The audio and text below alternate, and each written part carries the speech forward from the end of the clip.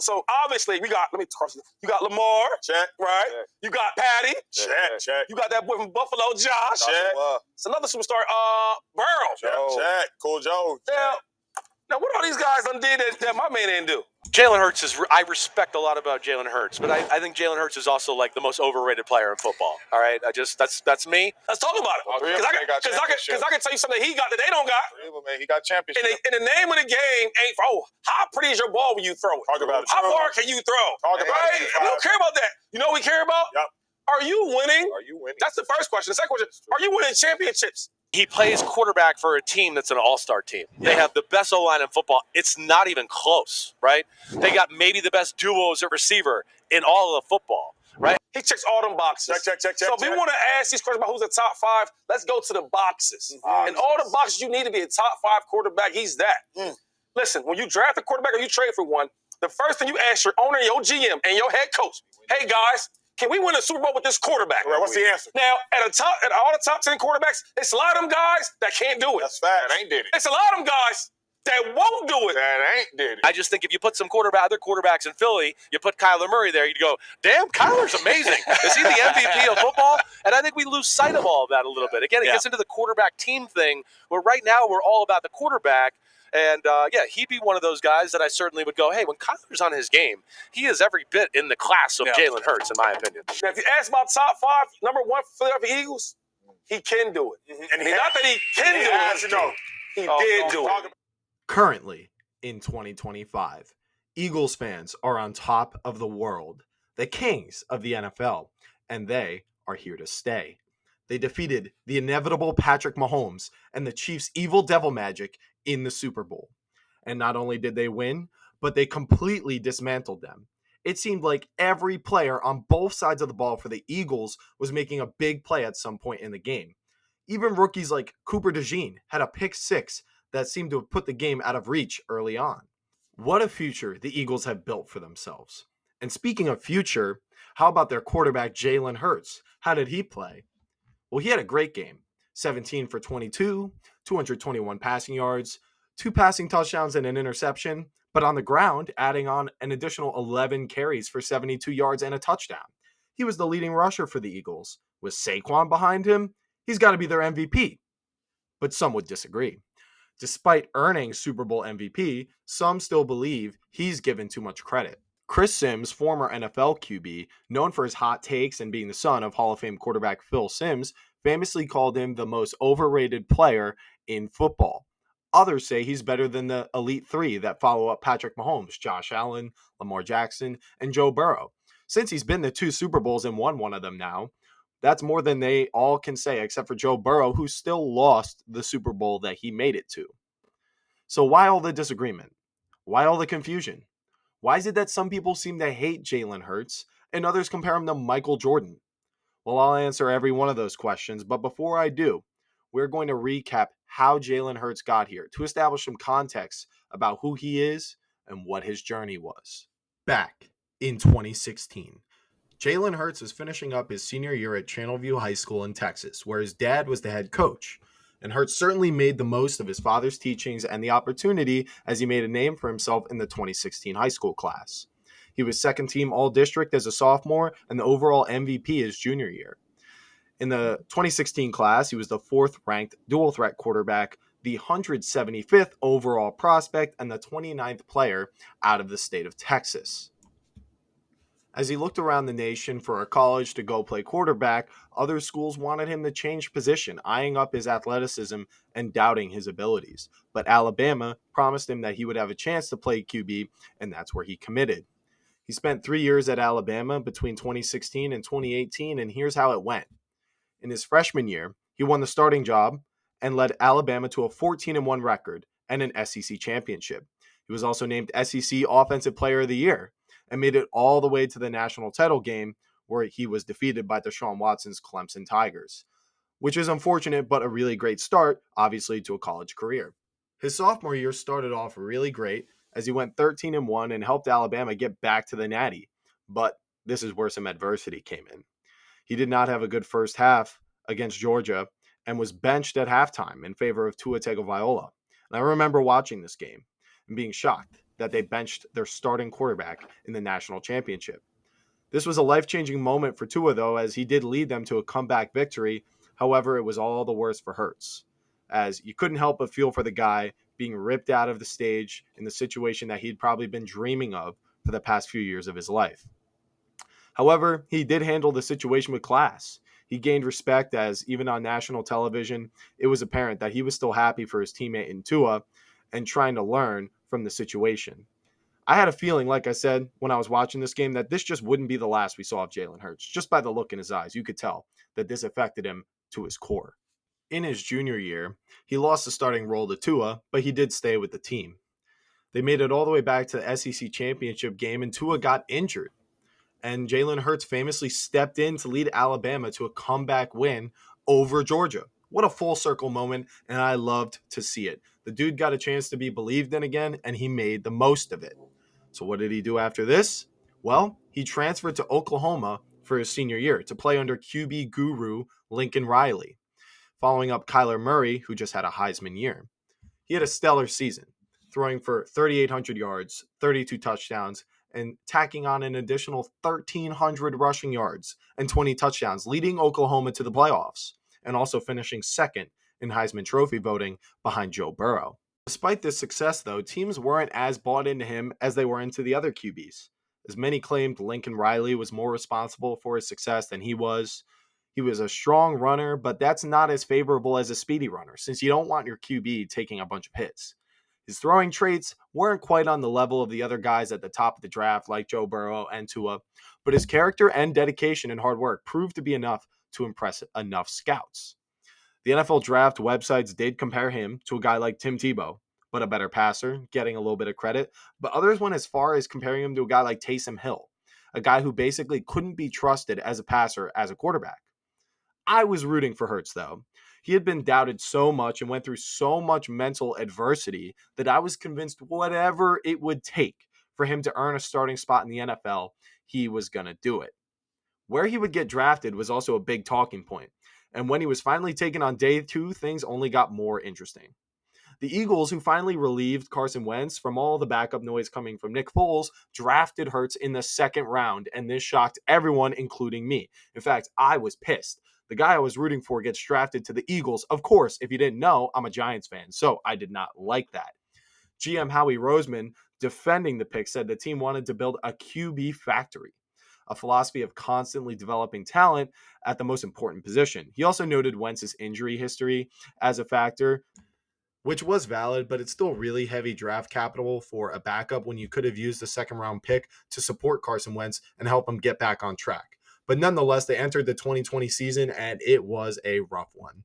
They finished 4-11-1. The offensive line was decimated as they had 13 different combinations throughout the year. Wentz was benched in week 13 in favor of Hurts, and he showed some promise as a runner. And he started the final 4 games of the season going 1-3 as a starter, winning his first game against the Saints. The aftermath was Wentz got traded to the Colts, and then the Eagles fired Doug Peterson and hired Nick Sirianni as their new head coach. For me, when it comes to Hurts, there's not too much to take away from this season, as he didn't get asked to get thrown in this bizarre situation. Overall, I think he was fine. But how did next year go? First year of this new era of Sirianni and Hurts was supposed to be a rebuilding year, but they did find their identity mid-season as a run-first offense and managed to finish 9-8. In his first full year as a starter, Hurts threw for 3,100 yards, 16 touchdowns, and 9 picks, which isn't great, but added almost 800 rushing yards and 10 rushing touchdowns. So it was clear he needed to develop his passing skills, but the foundation was there.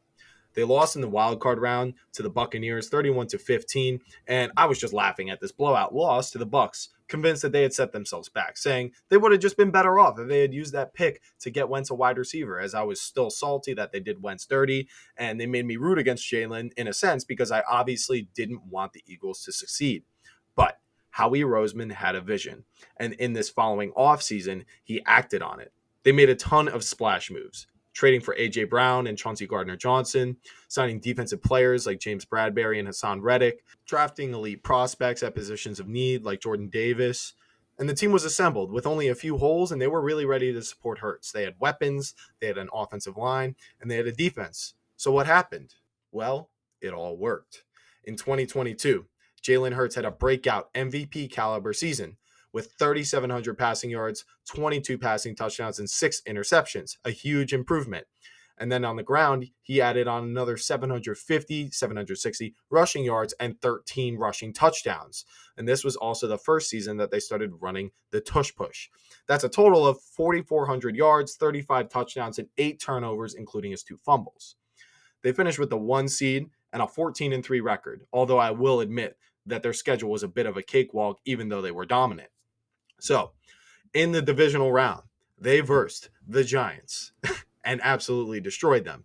Although that is kind of a joke of a first game, they did get to match up against the 49ers in the NFC Championship, except both of their starting quarterbacks, Brock Purdy and Josh Johnson, both got injured in this game, and they had to resort to running Wildcat with Christian McCaffrey. So if you've ever heard the term of Mickey Mouse run, this is where it comes from, as a cakewalk regular season schedule, handing you the 1 seed, only having to play 2 playoff games, which is probably 2 of the easiest playoff wins we've seen in years. That's where that comes from. So there was room for doubt on the Eagles, but pretty much everyone was praising them except for Colin Cowherd, who actually called this out, that they did not have too much adversity on their way to the Super Bowl, which made me glad. Ask yourself this: when is the last time against a legitimate team Jalen Hurts has had to make big throws fourth quarter, and they've relied on him? Not the run game. They've relied on him.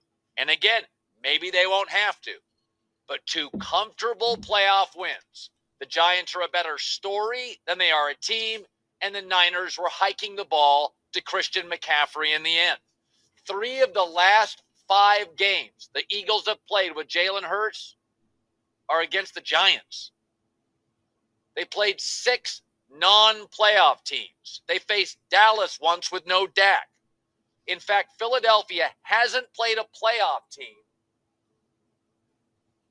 with a starting quarterback other than the New York Giants since week 4. However, this was Hurts and the Eagles' chance to prove that they were legit and this was not a fluke. And Hurts himself certainly showed up, as Spags focused on stopping the run, which opened things up for him. He did have 1 fumble that was returned for a touchdown, but other than that, Jalen had a historic day. The Super Bowl performance of 374 total yards and 4 total touchdowns. He balled out. The best game I think I've ever seen him play, besides the Bills game the following year. Despite this, though, they did lose the Super Bowl to the Chiefs 38-35. Even though I did say that they would lose, I did not expect Jalen to play as well as he did. And even though they were impossibly healthy that year, and I didn't think Hurts would have a supporting cast like that ever again after getting paid, I was getting nervous that this wasn't a fluke. So what happened in the next year? Well, in 2023, they had a great start, going 10-1. But after getting dismantled by the 49ers, they finished the year losing 6 of their last 7. The defense completely collapsed under new defensive coordinator Sean Desai and Matt Patricia, who they pivoted to. The locker room and coaching tension was starting to boil over, and they finished with a record of 11-6, only second in the NFC East to the Cowboys. In the playoffs, they went 1 and done, losing to the Bucs right off the bat again. One of the greatest weekends of my life, by the way, as them and the Cowboys both got upset. Hurts this year had a bit of regression, especially when it came to turnovers. He was still productive, 3,800 yards and 23 passing touchdowns, but 15 interceptions this time, 600 rushing yards and 15 rushing touchdowns. So like I said, he did struggle with turnovers, but I will say he never looked quite the same after his knee injury versus the Cowboys.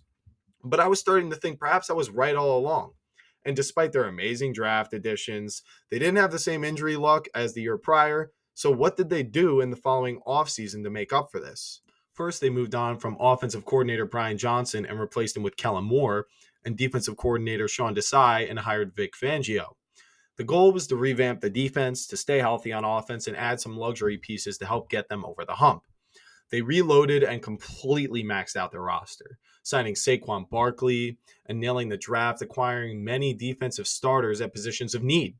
The roster didn't seem to have a hole, or at least a quality rookie ready to help out at one of those spots. So how did this work out for them? Well, you already know. In 2024, they won the Super Bowl. The Eagles consistently improved throughout the year and the season. Saquon had 2,000 rushing yards and their offense became unstoppable. Hurts was a little banged up late, but he was able to make it through the early playoff games against the Packers and the Rams. and get comfortable again with some help from Saquon and the defense. They made it all the way to the Super Bowl and completely destroyed the Chiefs 40-22. The game was over by halftime. And like I said, they dominated every side of the ball. So over the course of his career, we've seen Hurts evolve from the 175th ranked high schooler to a Tim Tebow compared prospect who ended up finishing second in Heisman voting by the end, then getting drafted as a developmental backup, becoming an MVP candidate, then being regarded as a potentially overpaid QB, and then a Super Bowl MVP. So if he's come this far, why do some still cast doubt onto Hurts' elite status as a quarterback? He's got the rushing stats. He's been to 2 Super Bowls. So let's start answering these questions as to why there is this disconnect and all of this confusion about how he's actually rated. First, we have to establish what makes an elite quarterback, someone who's like the top 3 to 5 guy in the NFL. I think these are the qualities that are required to be an elite quarterback. You need talent. You need to be a good decision maker. You need to be a precise passer. You need to have strong awareness and improv ability. And then you also need to be a great leader. All of these qualities are required to varying degrees, as talent determines your potential ceiling, and then decision making and precision sort of determines your floor. Your improv and awareness is sort of like a blanket plus for everything, but also sort of is the put your team on your back rating. And then leadership also determines how fluently you can respond to media questions and vague Instagram quotes. But no, seriously, this can raise your whole team's confidence if they believe in you. So I think we can address some of these right off the bat without having to dive too deep into it. I think we can describe him as an elite leader. Nobody can take that away from him. As for his talent, I think we know his arm is not elite and his accuracy is not elite either, although he has definitely gotten better over the years. His mobility is good, but it isn't quite in the tier of guys like Lamar, Josh Allen, Kyler Murray, or Jaden Daniels, especially after his knee injury in 2023. And I would say we can all agree on that. But what about decision making? What about awareness? And what about improbability? Why is it so hard to say how good he is at all of this? I'd say it all derives from one play. The Tush Push. Jalen's stats appear very impressive, but I think that's where there's a lot of disagreement into how we're evaluating that production. So let's dissect how he's produced these results. Because of the Tush Push, Jalen does something that no QB has ever done before. He specializes in the QB sneak. Plenty have been good at it, but for no QB that I remember has this been their best quality. And this makes it really tough to evaluate how good he is at quarterback. There's nothing else to compare him to. For fantasy football, this is great. A touchdown is a touchdown, and for that, Hurts is a top 3 quarterback. And even though in fantasy football, all touchdowns are created equal, that's not the case in real life, at least if you ask me. And if you don't understand what I'm talking about, let me make a scale for you. Take, for instance, a hypothetical, a 99-yard scrambling touchdown, breaking a tackle from every defender on your way there. Sounds like the most impressive individual effort on a touchdown possible for a quarterback. Take the Beastquake, for example. I know he's not a quarterback, but just something like that. And then you have a play like the Tush Push, where it's 1 yard. You're literally shoved by your teammates on the backs of other teammates. Every QB rushing touchdown that has ever been recorded falls somewhere in between this scale. There is a huge difference to me in how you're going to value touchdowns depending on where they lie on this scale. And as long as we can agree on that, we have a starting point to answering these questions. Another way you can think about it is how easily can you replace these QB produced plays by other positions? Take, for instance, the Tush Push. It can be replaced by a 1 yard rush by a running back. It's still the same offensive line. We basically saw the Lions do this all year and be aggressive in the same way as the Eagles, and it was very effective for them. And this is way easier to do than replacing a guy like Lamar Jackson or Josh Allen, avoiding a sack, extending the play, and then taking off, all while the threat of them still throwing the ball downfield. Unlike the Tush Push, where the play happens the exact same way every time, with little variance, and there's no improv, and there's no decision making. The only thing that can replace a QB's improv is a ball carrier and his improv on a check down or like a shallow route, juking out defenders, trucking them, trying to make them miss. And you can have that available to you as a scrambler without resorting to it. You just can't replace that element to an offense without having an elite mobile quarterback who has the awareness and improbability to make the most of it. Much like the Lions' 1 yard runs with Montgomery, the result of this play is far more dependent on the offensive line than it is on the ball carrier. So even more so with the tush push, you gain a blocker by having the quarterback with the ball.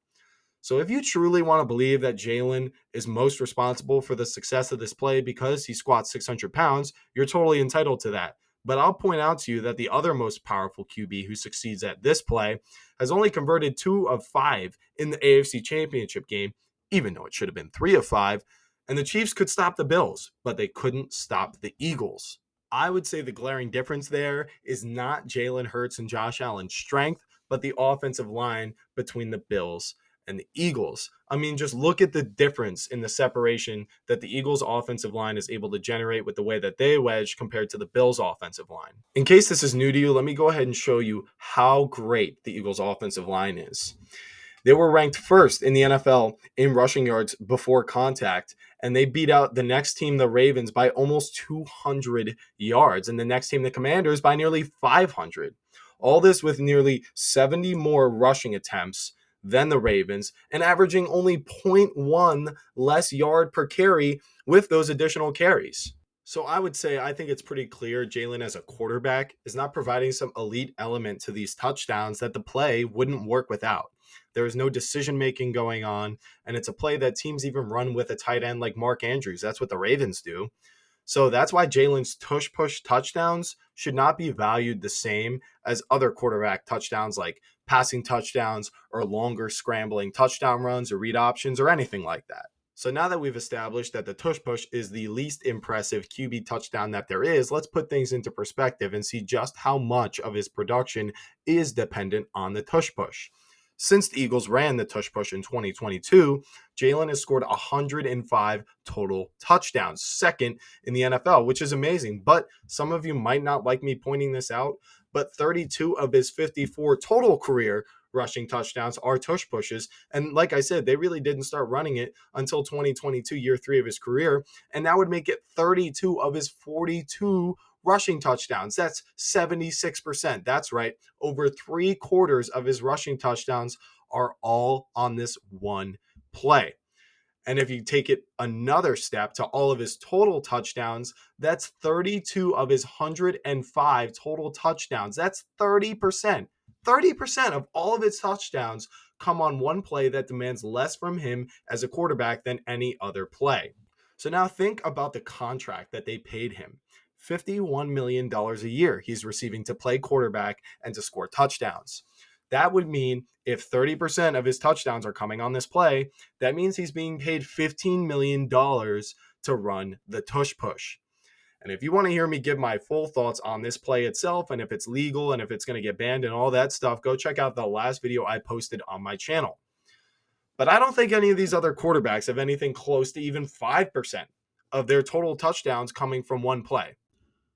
So for the sake of argument, if we subtract these 32 touchdowns that he has in his total 105, that takes him all the way down to 73, which would leave him tied with Justin Herbert and Tua Tagovailoa at 10th over the past 3 years. And that's still leaving him with 3 1/3 rushing touchdowns each season, which I would suspect are his actual rushing touchdowns that come from more than 1 yard out.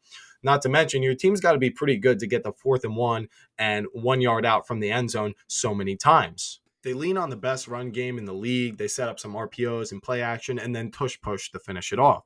Maybe they'll mix in a fade to arguably the best jump ball wide receiver in the NFL. And this leads us into my next point that you've all heard before. He's got all pros at not just every position group on offense, but on defense too. And the offense, which he directly benefits from, is flawlessly constructed. Their only debatable hole is at like wide receiver 3. That's literally it. Everything else is around a Pro Bowl caliber player or better. Who's ready for a fun fact? Last year, Daniel Jones was a more accurate quarterback than Jalen Hurts by 0.3% when it came to on-target percentage. And then when you look at the pressure rate, you can see Daniel Jones was under duress the 7th most in the league, where Jalen Hurts was below league average at 22, rank overall in the league at 20.5% compared to Daniel Jones's 24.5%. And then it gets even better. When you go ahead and you look at the drop percentage, Daniel Jones had the worst drop percentage by his receivers in the entire NFL. Whereas you go ahead and look at Jalen Hurts, and he had the lowest drop percentage out of any player in the NFL. That means for every 25 attempts that Daniel Jones averaged per game, 1.8 of those passes would be dropped every game. Whereas for Hurts, who averaged 17 to 18 passes per game, his receivers would drop 0.3 passes per game. That's right. 1 in every 3 games compared to almost 2 per game for Daniel Jones. I think this just really goes to show how a guy like Daniel Jones could do something just as well as Jalen Hurts, dealing with more pressure and more drops, but he's not going to get nearly as much credit. And most people would probably tell you that Jalen Hurts is a more accurate passer than Daniel Jones, when, to be honest, when you compare the situations that they're dealing with, it's probably the opposite. Daniel Jones seems to be more accurate than Jalen Hurts when you consider what he's been dealing with. Let's take a look at what would happen if you just take away A.J. Brown. He's had 44 games with A.J. Brown and 33 games without. Now, some of those are going to be in that first year of his career where the offensive line was also decimated and whatnot, but we've seen this trend continue in years past that. So when you look at his completion percentage, 66.3% drops 6% all the way down to about 61%. His average yards per completion go from 7.8 to 7.2, and the yards per game drop is absolutely insane. 223 yards per game compared to 147. And then you could obviously see the touchdowns are different, but look at the percentages per game. 4.8, which is about 5, goes down to 3.5, losing about a touchdown and a half per game without A.J. Brown, and throws, maybe a little bit more interceptions, 1.9 to 2.2. And then, the sack percentage is not there, but you see where I'm going with this. So you can also get a sense about how this is just going to get a little bit unfair, as we just don't really have a large sample size of what Jalen looks like with an average Eagles team. They're either really great or they're collapsing. There's no in between. There's no in between mode for them. I mean, in year one, yeah, they made the playoffs, but it wasn't really because the offense was that great. It was just kind of efficient and opportunistic, kind of doing the same thing, running the ball, playing some defense. And then, obviously they made the Super Bowl the next year. And then after that, they carried through the momentum, but completely lost all of it. And then losing A.J. Brown for the playoff game, they get completely destroyed. And then the following year after that, everyone thinks, oh, okay, maybe we should look at Hurts a little differently. But then, they turn around and win the Super Bowl. So everyone stayed healthy, and it's like they're firing on all cylinders and they're great. But if they're not doing that, they're collapsing. So it's kind of hard to find out how good really is Jalen Hurts without some of these elite pieces he has. I mean, removing your absolute number one wide receiver is a pretty big hit. I'll admit that. But it is just one player. I mean, imagine if he lost 2 offensive linemen or something like that. I mean, it just goes on and on. And it is true that every team has different strengths and weaknesses that affect a quarterback's opportunity to produce. It could be a bad defense like Joe Burrow. It could be no weapons like Mahomes. You could have bad coaches, or worst off, a terrible offensive line, something that holds back so many quarterbacks from developing in the league today. I think people often forget how it's the most important position group in football, and that's the Eagles' best group on their team. And like I said, it might seem a little unfair to withhold credit from Jalen due to his surrounding cast, but the truth is a quarterback's performance is dependent on the team more than it depends on themselves. Even if they have the largest impact as an individual in their position, as you can see, removing like one guy like A.J. Brown can just completely throw off everything so badly. He's had the best roster of any quarterback the past 3 years, even better than the 49ers when you consider the offensive line. And in 2023, yeah, sure, the coaching was rough, but the other 4 coordinators he's had for offense and defense are all now head coaches. So it's beyond reasonable to say that he's had the most fortunate quarterback situation of anyone in the league. And we see a similar point made when people critique other quarterbacks, guys like Jared Goff on the Lions, a great team. Brock Purdy with the 49ers. They were good with Jimmy G before. Look at where he is now.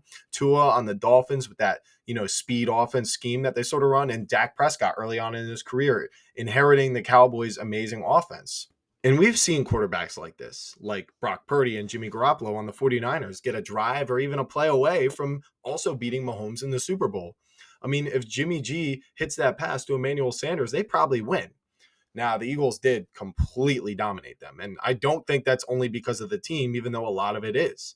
The 49ers held the Chiefs' offense down to 3 at half and 13 entering the fourth quarter, and their offense couldn't capitalize. But to that, I say, like I mentioned before, the Eagles' offensive line is definitely a more well-rounded unit than the 49ers' offensive line, and it for sure helped a lot with finishing those drives. It also opens things up in the passing game for protection to hold up longer, more betting on the run game to set up play action. But their defense was also crazy too. During the regular season, and in the playoffs, the Eagles' defense was dominant. Looking at expected points contributed by all defense, which is kind of like EPA, you can see they over double the next closest team in the Minnesota Vikings with 76.38. And when you go ahead and look at first downs, they've allowed the least first downs in the NFL too. Well, what about penalties? They're second best when it comes to not committing penalties. Looking at yards allowed, first in the NFL. Nearly 500 less than the next closest team. They had the second lowest percentage of drives resulting in offensive scores for opposing teams. And for points allowed, they were also second to last. Where is points allowed? Here it is, with 303 points. And honestly, that should be lower than the Chargers because they had a cakewalk schedule for their defense. And looking at turnover percentage, that's offensive drives ending in a turnover, they're fifth. So you can see they were also opportunistic. And when you look at total takeaways, you can see that they ranked sixth in the NFL in overall takeaways. And it got even better in the playoffs, as until the Super Bowl, the team that scored the most points against them was the Rams, scoring 22, who obviously have a very good and sophisticated offense that, can find solutions to really elite defenses like this. But the Chiefs also scored 22 points, but it was all in complete garbage time. I mean, this was at like the end of the third quarter, and this was all in the fourth quarter when the Eagles were already up like 40 points. And it took until the third quarter for the Chiefs to get even more than 17 yards in one drive. I mean, look, we got 12, 7, 7, a turnover, a punt, and -6 yards. And then you got 0 with an interception, a punt, the turnover on downs, and then finally they go 5 for 95 and they score a touchdown when they're down 34 points. And you could say, oh, well, they were up 34-0 in the third quarter. The offense must have been unstoppable. And yes, it was. But when it comes to giving Hurts the credit, couple everything I've already said with the fact that the Philadelphia Eagles' average starting field position in the Super Bowl was their own 42-yard line, 58 yards for a touchdown. On the other hand, for the Chiefs, it was 24 yards. And you look at all the turnovers and whatnot, and that all makes sense too. It really goes to show just how the Chiefs had no answer for this defense at all, and the pace at which the Eagles offense was able to chew up clock and keep the ball away from them. I mean, they panicked, and the game was slipping away from them way faster than they would have expected. And many people hold the sentiment that any competent quarterback that would have been starting for the Eagles in this game should be expected to produce results in a win like this. And they would beg the question, how would you view Jalen Hurts if he managed to lose a game like this? And I mean, I think you'd say, I don't think they would have lost this game. And that's kind of my point. The Chiefs scored in complete garbage time, and if the Eagles defense needed to hold the Chiefs under 17 points, I think they absolutely would have. And the story that Jalen's got, making it to 2 Super Bowls after being doubted all this time and finally winning one of them, taking down the evil Patrick Mahomes, a lot of the media hype around him is definitely going to boost him up even more than some Eagles fans would, admit that he is. And although the top NFL players vote every year where they rank, who's the best player in the NFL, and Jalen's always going to end up in like the top 10, an anonymous poll gives more honest results. In that poll, there was 103 players, and Hurts was listed as the second most overrated player in the NFL today behind Tua. This was before their Super Bowl year, so there's a good chance he changed some people's minds. But remember, it was only last year that it wasn't uncommon to question the hype behind Jalen Hurts. So how about Jalen Hurts as a passer and a quarterback? Besides the tush push and the roster, what does he bring into the table that is different? As I mentioned before, he is an excellent leader, and that sure as hell matters. But in situations where he's down and needs to get down the field quick for a field goal or a touchdown, he struggles. But I will say this does make a lot of sense. The Eagles are built for long, methodical drives. They are built for that game script. But this is when you would expect your elite quarterback to handle the 2-minute drill regardless of his team structure. And this is just not there for me, at least not on the elite level other people claim it to be. I mean, you look at guys like Josh Allen and Patrick Mahomes and Lamar Jackson who have gotten this done with the exception of Stephon Diggs without any wide receivers, right? No A.J. Brown, no Devontae Smith. And in most cases, no like Saquon Barkley or anything. I don't think any of them have had someone like that except for the Ravens with Derrick Henry. And he's not even a receiving back. When teams aren't loading the box and they give him those too high safety looks in these 2-minute drill situations, he still panic throws 50-50 balls against these too high safety looks instead of trying to work underneath them towards the sideline, stop the clock, and methodically march his way down the field while saving as much time as he possibly can. Now, I would say I think this panic comes from his pocket presence. And pocket presence would fall under the category of awareness, improv, and decision making, a little bit of everything. In the league, Hurts ranked first when it came to time in the pocket, which measures time to throw or time until the pocket to collapse. And when it came to hits, he was only hit 23 times as a quarterback, which is the second least in the NFL. And then when you go ahead and you look at how many times he was pressured per dropback, 20.5%, that ranks 22nd. So that's not really adding up. And that would indicate that most of this time in the pocket is not being spent until it's collapsing. It's because he's holding on to the ball. And this shows up when you look at pressure to sack percentage, because this is what happens is if you hold on to the ball, your pressure to sack percentage is really high. And he's at 21.5, which is 43rd. That's like below, like there are backups who are doing better than that. And to me, this is his greatest weakness. I mean, you could say that almost like he's not used to facing pressure the same way other guys are, so he doesn't even get as many reps to like practice it. So there is that, but it's like, listen, this is something you got to be able to do and get better at, and it's not necessarily one of those things that is very easy to coach up. I cannot emphasize enough that part of what makes an elite quarterback is their ability to feel and anticipate the rush so that they can maneuver and read the defense as simultaneously as possible, or else you're bound to get sacked or force a turnover, holding on to the ball too long. If you also assume the rush is coming because you can't feel it, you may bail from a clean pocket and miss an opportunity to hit a big play. And this all just equates to leaving meat on the bones of plays, to not squeezing all the juice out of the lemon, for lack of a better term. I do like that typically when he feels like he is holding on to the ball too long, or that the pressure is getting to him and that he has to do something, he typically opts to throw it up instead of taking a sack. But that can all be avoided if he just properly navigates the rush. And let me add how he also has a great offensive line protecting him.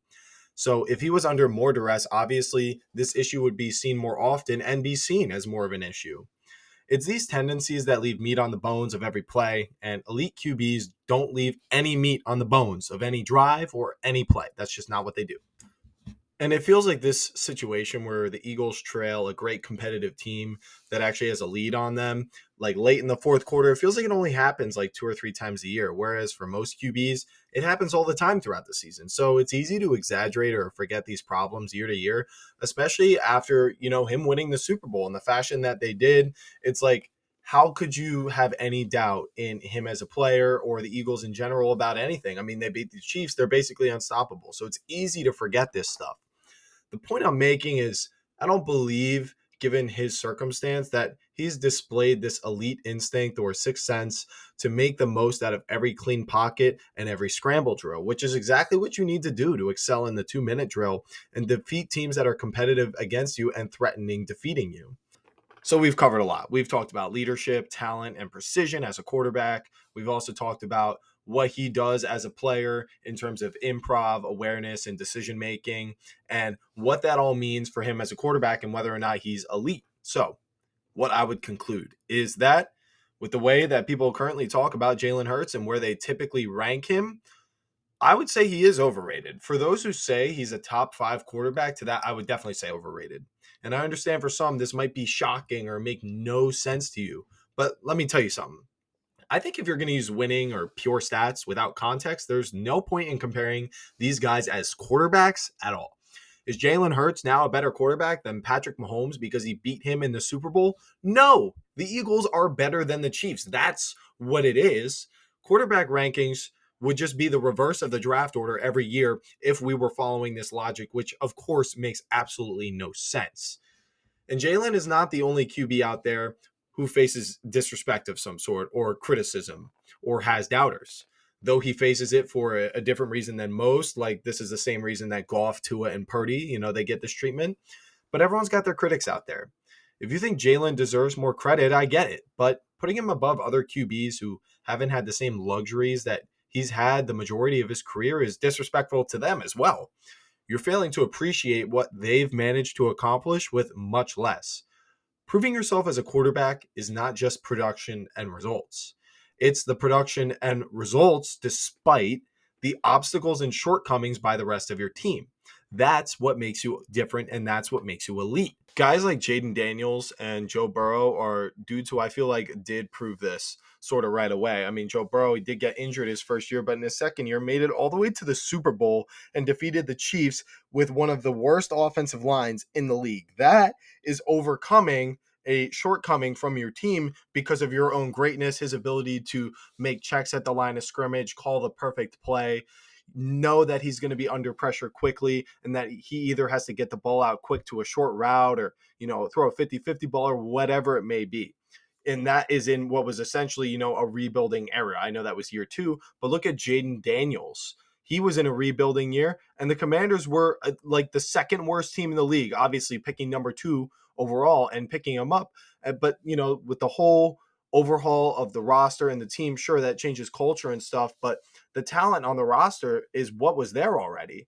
And they only signed a bunch of veterans and things like that. Their offensive line wasn't that great. Their defense was not that great, but he still managed through his play to keep control of the offense, go for it on fourth down, and not by tush pushing, but by running creative plays, using his legs and getting outside or scrambling, whatever it was. It wasn't the tush push. Too many people that deserve credit for the success that the Eagles have had to give it all to Jalen Hurts and say that all of a sudden that he is this top 5 quarterback. Whereas I think it's more of the case that like every player on the Eagles is like at least above average, and that's what makes them so good. Now, on the other hand, is Jalen Hurts overhated? You get some people who put him outside of the top 12 quarterbacks, and I would say that that's overhated. And I think a lot of this comes from people who, are saying a lot of the stuff that I said for the first 30 plus minutes of this video, where I'm talking about how, he's getting all this credit for running a play that doesn't even really require that much from him as a quarterback. And people are coming out here and saying how great he is. And it just makes people want to go even further in the other direction. And I think that's wrong too. Wherever you have him between like 6 and 12, I mean, I personally wouldn't put him as high as like 6 through 8. But I think there's fair room for discussion there. There's things that he's accomplished that other guys have had a chance to, like a similar sort of opportunity, not the same roster, but you understand what I mean. There's room for discussion there.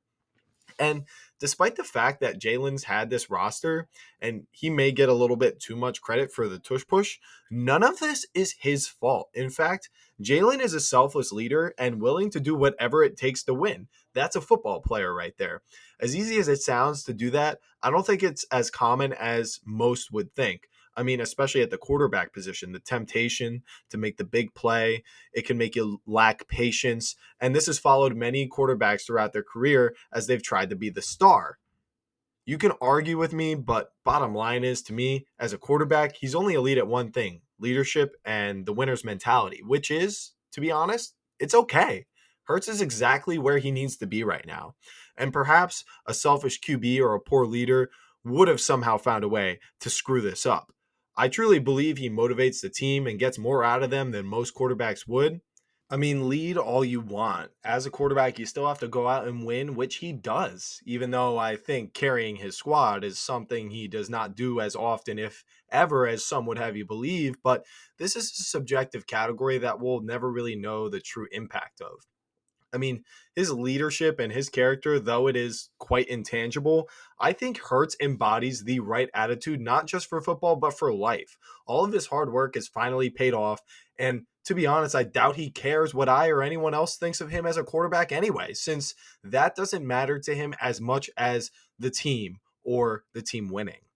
With all the negativity in today's world, I really do wish there were more guys out there like Jalen Hurts, inspiring today's youth not with arrogance, but with confidence and leadership backed up by hard work and humility, never pointing fingers at anyone but himself. One might even say that is something even bigger than quarterback rankings and bigger than football itself. So that, I will say, as far as rankings go, is tough to judge, but let's just say I think he earned it. So in the grand scheme of quarterback rankings, yes, I believe he's overrated, but as a football player and a person, I think he's certainly underappreciated and definitely overhated. But tell me what you think. Is Jalen Hurts overrated or is he overhated? Leave your thoughts in the comments section. If you did enjoy this video, please drop a like and show some support so that I know you guys want to see more stuff like this. I'm certainly having a lot of fun making these, so I definitely like to do more, but I want to see the results, baby. So hit me with that like, and don't forget to subscribe so you don't miss the next video when it does come out. And once again, I will say, I have nothing against Jalen Hurts as a person. In fact, I could not speak highly enough about the character that he possesses and who he is as a person and a player. It really is incredible. It embodies what everyone should be striving to be. But like I said, as an objective ranking of the quarterback situation, I definitely think he is overrated. And it's time for someone to come out and say that and prove why. So that's all for this one. And until next time, peace out.